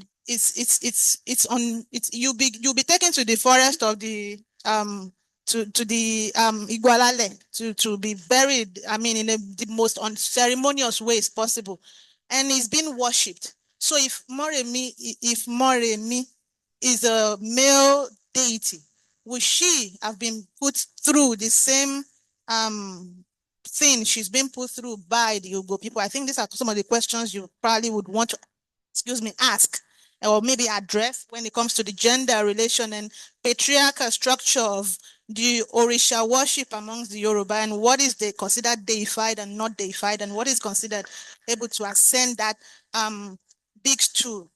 I'm a Yoruba major. Thank you very much. Dr. Ajayi Oba. Thank you very much. Please, you will grant me the license to make my comments freely, not only on this, what we've had today. Last week, I joined online for the lecture of Professor EDI, and I noticed that some people were not comfortable with the aspect of where Prof was trying to maybe extend the 256 couples of Ifa. So I was thinking that, for example, those who just won Nobel Prize in Chemistry for this year, 2024, used artificial intelligence to simulate new proteins which had not been known. You know, they are trying to formulate new proteins that they've not known, that had not existed. And science world believe that those structures of new proteins, extending the frontiers of what we have known to what we have not even known, trying to join to them, will help science in future. And that's the basis of giving Nobel Prize in chemistry this year. So when Prof was saying that we are trying to look at the existing purpose to say that, can we also extend it? I said, well, it's an academic exercise.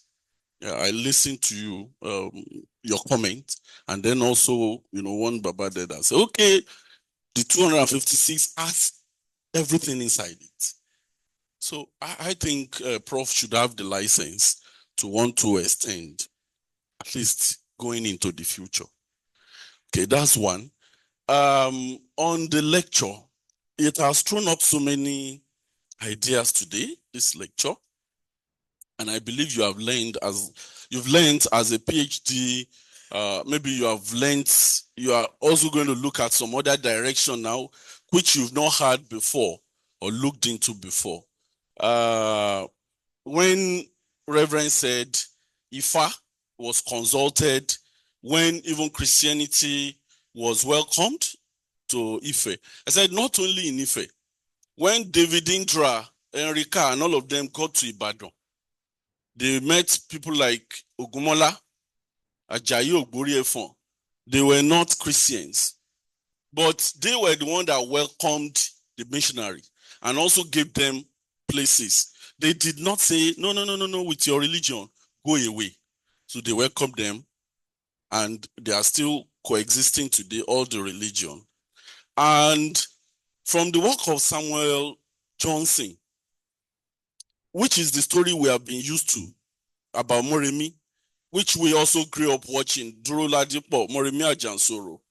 I was thinking that, well, Samuel Johnson must have also met, he said he met many people. That book is well over 130 years now. He met people, probably that was the story. That was a popular story at that time. There is a renaissance. Reverend has said something today that got me thinking. He said, today people are still talking about Odua Afewanro or Atewanro.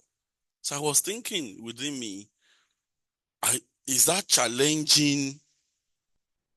Is that challenging the story that had been written? Because that will throw up another challenge on its own. If he said, today we are still saying Odua Atewanro, that is what we have been. That's as Yoruba. So unless you want to extend the frontier of history and knowledge in that direction. So, in a nutshell, your lecture, you said it, you are also seeking for knowledge, information from people. And I think you must have, you are getting it and you know the direction you should go. Thank you. Thank you very much, sir. Sir? Well, okay. Thank you very much. Let me welcome Professor Mike Salami.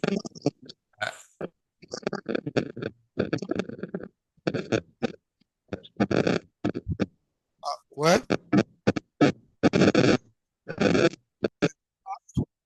the presenter had been advised on the part of multidisciplinary approach.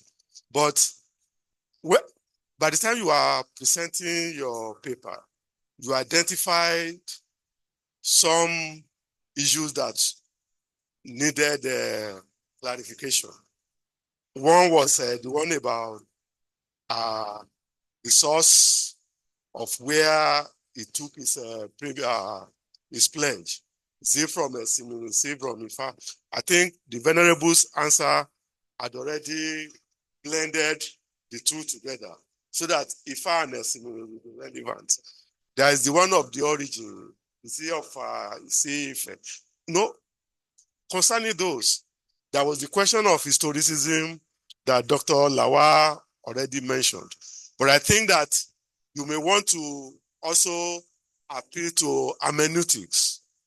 You know, hermeneutics will play a very important role in helping you to resolve those questions that we raised. The question about what is the source of the information to Moremi, the one about origin, the one about the estimation of Moremi by the Ife, by the Oluigbo. The one about what was the source of the power that he used. Was it the beauty? Was it medicinal? And the question of entanglement. All of those will be easily resolved by hermeneutics. Because since hermeneutics is simply advising you that in interpreting a text, you imaginatively situate yourself in the position of those who are rendering the idea. And so, if you imaginatively situate yourself in their positions, then you can see that these different interpretations that you are trying to resolve, they probably must have been motivated by differences of interest. Of we prefer that she's from them. If I will prefer, okay. But the question of who owns the child in Africa, mother or father?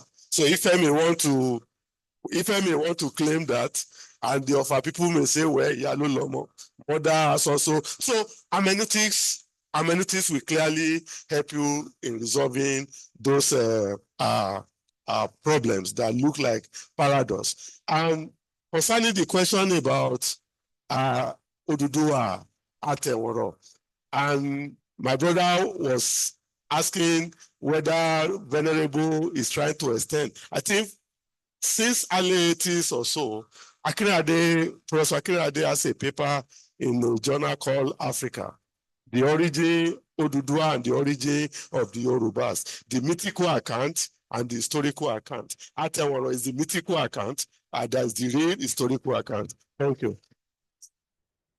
Yeah. Well, thank you, Prof. First, I want to apologize for coming late. I slept off and I woke up around 3:20. I had wanted to go online, but I couldn't. Unfortunately, the beginning of the lecture, I was unable to listen to it, but the aspect of it and the question that I've been asking, there are a lot of things. First, let me react to Afeworo issue archaeologically. We've been looking at this issue of Ife, the autochthonous group in Ife. They were about 16. And at a time, because when you look at the history of Ife, the three phases of history of Ife, Ife, Odaye, the ancient one, Ife, Oyelabo, the period of the deluge, when we have climatic change. And, there was a time that water covered all this. Maybe the last time they had snow or something like that. And then the period of the present Ife, where the issue of Obatala and Oduduwa came in, that they were testing the soil. But when you look at it archaeologically, when you ask Temoro, somebody comes from somewhere to descend from the hill to the valley. And that is the issue in Ife history. Because those people that time, they were living on top of the hills. And that's why you see that in Ife, we have the hill that surrounds Ife. Almost even about 16 of them. And that's why we say that Ife is in a cap-like valley, where the area of the Okemogun is just on the top, but the other valley, but we have the top. So the issue of Ateworo, it means that Oduduwa came from the hill as other people came from the hill. And when you look at most of their places just on the top of the hill, if you look at the Obatala Grove, not the modern one, you see that, yes, it's on the top, on the Moguro Road, it's not on the top of the hill. Orafe, on the top of the hill. Well, most of them, they're on the top of the hill. So that is the issue. But the issue of Moremi, I covered a festival in Idori, Urusu Festival. I wrote a paper on that. And actually, the issue of Moremi actually came out from that festival. Because they be coming out and they dress like, the male will dress like, the Aworo will dress like a woman. And they will send them, they will say, marry me, marry me, marry me. And I now learned that when Moremi left, that he came through Owo, then came through Idori, and then from Idori, that he now left to Igbo. So there are a lot of these confusing stories. But unfortunately today, And I regretted something, that when I came back, I did not concentrate on Ife. Because by that time, when I came back in 1987, about 30-something years ago, the old people, they will tell you the authentic history. But today, they are telling you political history. Everybody wants to say that I'm the oldest, I'm the oldest, I'm the senior, I'm the oldest something, I'm the custodian. If you ask, lots of them don't even know. They don't even know the rudiment of that festival. And that's why I have conviction in my heart when we talk of religion, Yoruba religion or something. Most of this, they are just festival, celebrating the heroes. Because when you look at, I've covered Obatala Festival. I followed them early in the morning, around 5 a.m. from the shrine in the town to their place of the abandoned settlement. Yeah, in the Taoko. And we're even trying to do some archaeological work there now. Because when you do, you see, that's why we are trying to look at some of these places and do archaeological work so that you can get some facts, some materials. So on the issue of festival, I don't know. Maybe you took part in their festival. For you to get, if you are doing research work in Ife, you have to be part of that festival from A to Z. At night, in the morning, in the afternoon. That's when you get the authentic history or the authentic story about the festival. But that's what we have to do. So I want to appreciate you. I thank you. And I want to appreciate my brother, Lady Money. In fact, there are some of even the fact that it's bringing out that I've just been looking at it too myself. And all this little part, of the story, we have to bring them together, those of us, so that we can get authentic history. Till now, we don't have the date for Ife, even archaeologically. We don't have date for Ife. And these 3 phases of Ife, we still have to study it. And I thank God now, for the past almost 10 years now, we've been doing some research work with my colleagues from the US, where we are actually digging and we've been seeing facts as regards the deluge, the period of the deluge. So we need to do more. And that is why there's a need for collaborative work. When you are doing your research work, not just only, the philosopher, you have to, engage the philosopher. Because when you look at Ifa is not a religion. Yeah, Ifa is part of the philosophy. Yes, the position of knowledge. It's not a religion. The Odudua festival is not a religion. We are just celebrating Odudua for what he has done. We are celebrating Moremi for what he has done. So the issue of religion, when we bring up, it was the period of this modern 2 religions that came to us, that robbed us of our knowledge, our wisdom. Because the 2 religions, they've robbed us of our, because when I look at most of the work did by our ancestors, the glass bead in Ife. If our ancestors, as almost even 4,000 years ago, they've been able to produce glass from quartz, from stone, and get color from stone. So what are we saying, that our ancestors were not engineers, they were not scientists? They were. Yeah. Yes. Yes, they were thinking about women. How else because if you look at the entire thing about it, it's a satirical festival, even against men. Because when you follow Tele from Menua to Igbo Moremi, the type of songs, Okonjo no Igbo, see, no, it was not Oyo that they were mentioning. When you are there, it was not Oyo that they were mentioning. It was the men's scrotum. It was the men's scrotum that they were singing. They were not. So there was, all the songs will be against men, not against women. So it's women now that we need we need covered. Now, finally, I will want to play that. In interpreting and looking at most of these historical facts, we have to go to the Oriki. The Oriki of the Moremi, the people that celebrate Moremi. We have to look at that, and we have to look at Ifa. I'm happy my brother is here, my professor from computer. He's even repository of history, the Yoruba history. So I would recommend that you visit him. Go and visit him. He'll be able to give you a lot of facts. And when you look at Ifa verses, they will tell you. And then the Oriki of the black box, I'm using Oriki for the archaeology of Yoruba. We went to a place, we did a work in Ogbomoso, what they call that place? Onkwitu, Igboje, Ijeru. And when you look at the Oriki of Ijeru, Omoloje, Akpaja fun Rawo, Egamoko Ngbodo Jenega.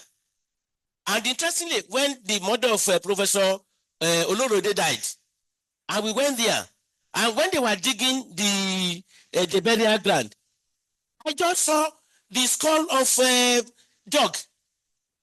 And then we saw the skeleton of this tiny bird, that egger. So you can now see, you can now interpret. Yes. So that's the fact. And when you get to Bomoso today, it is in front of Onkwetu that you have the traditional market, Ojaoba. So there are a lot of things we have to. So I want to thank the lecturer, and we just need to do more. Those of us who are still working on Yoruba history, Yoruba religion, Yoruba festival, and other things, we need to really work more, because today we have political history. When I mean political history, everybody want to say, I'm the first. I'm the first. So we need to do more. Thank you. Thank you very much, Prof. It's always a delight to listen to you. And we want to thank everyone who have made presentation here. So over to our chairman to close, so that we can then round up this seminar. Chairman, Professor Ayota. Thank you. Thank you so much. Today is a very good day. We all learned a lot from it. Apparently, the lecturer may look confused, but there's no need for confusion. As a scholar, every position is a position as long as you can. Are you hearing me at all? Yeah, we can hear you. We can hear you. Please go ahead.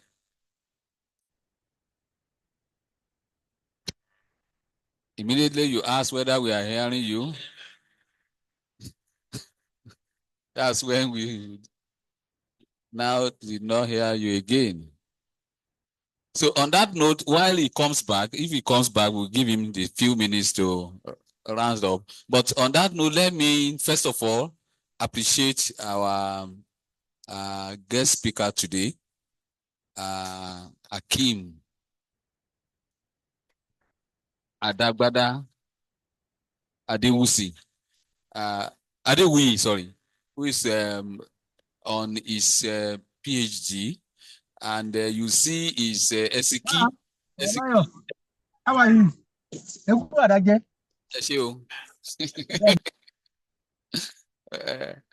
So you can see his Esiki demonstrating that he's just well at home doing that presentation. So we want to thank him. We want to thank our chairperson of today. So can you hear me? Now can you hear me? Can hear you, sir. Please round up, sir. Thank you. Yeah, I'm round up. Yeah. Thank you, presenter. The point is that you don't need to consider position of all the discussants. What you need to do is that there are factions and factions. What you need to do is to take account of each of the factions. You don't need to subsume one on the other. So you retain those accounts. And your efforts to be on the personality of Moremi. But the area you need to clean up very well is the relation between Moremi and this EDI festival. Because some people are listening to this of masculine and gender there. So in other words, you still retain your focus, which is historicizing Moremi. You may need to set the idea of look at the conservatization, that is the idea of what happened at the Moremi. Leave that one. Concentrate on the place of Moremi in the history of Ife, and take account of the Ofa account, the Ife account, and the Igbo account. But the fact that remains that Moremi, whether it's a traitor or whatever we look at, we look at her, remains a figure we cannot just ignore. Once you take off the accounts, everything will be settled. You have done very well, and you have provoked a lot of researches which are going to come later in the day. I want to appreciate the director for the opportunity to have this meeting and all that have contributed. We have to take the challenge as scholars to do more and more to retain the history of Ife. Thank you so much for coming on board. On that note, once more, let me quickly appreciate Professor J.K. Anyotayo of the Department of Religious Studies, University of Ibadan, who shared this wonderful webinar. And I'm sure even from the comments, interjections, and contributions that he made, he has also provided quite a lot of insights that this researcher would take advantage of. And I want to thank all our senior colleagues who joined us online. In my own characteristics, I wouldn't want to mention names so that I don't miss out important persons to appreciate. So I just want to appreciate everyone who have taken time to join. A number of our colleagues will have joined online because just few minutes to our starting point, our traditional Zoom account, we discovered that the subscription on it had expired. Just about 30 minutes to starting. So we have to get another account through Professor Lupono, who graciously donated another account that we used now. So if any of our colleagues had difficulties joining, we want to apologize. And as we are running this program, I have been informed that our account has been reactivated. They just paid, and I want to thank the Vice Chancellor because I was really embarrassed. I have to send a text message that this program has been advertised worldwide. Why would our SIM account stop? And he ordered that it should be immediately paid. And so that's quite a lot of resources at a time like this. I want to thank him for supporting this academic activity that we are doing here. So on that note also, I would like to appreciate quite a number of people who came physically. I was telling Akim when we were planning that this topic would excite a number of people and they will come. And so you will see that that came to reality. And I want to thank every one of them who came to give us more insights into the research. Many of them are gone now, but thank Professor Badru, another state person. I also thank Professor Okweluye, who also was here. But more importantly, let me thank everyone who have waited till now. Listen to the contributions from Professor Waiki Salami. You that Omonile. You see I'm on the Monile's factor, trying to give us some other orientation.